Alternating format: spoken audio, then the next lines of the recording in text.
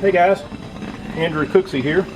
We're going to install this inner left side main bearing roller race onto this KTM crank.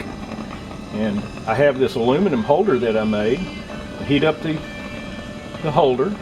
It transfers the heat to the steel race. And it only has to be about 250 degrees Fahrenheit and it'll slide right on there. See?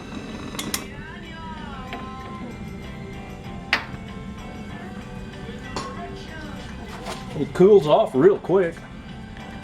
We get it on there like that, and we'll put a little bit of oil on it.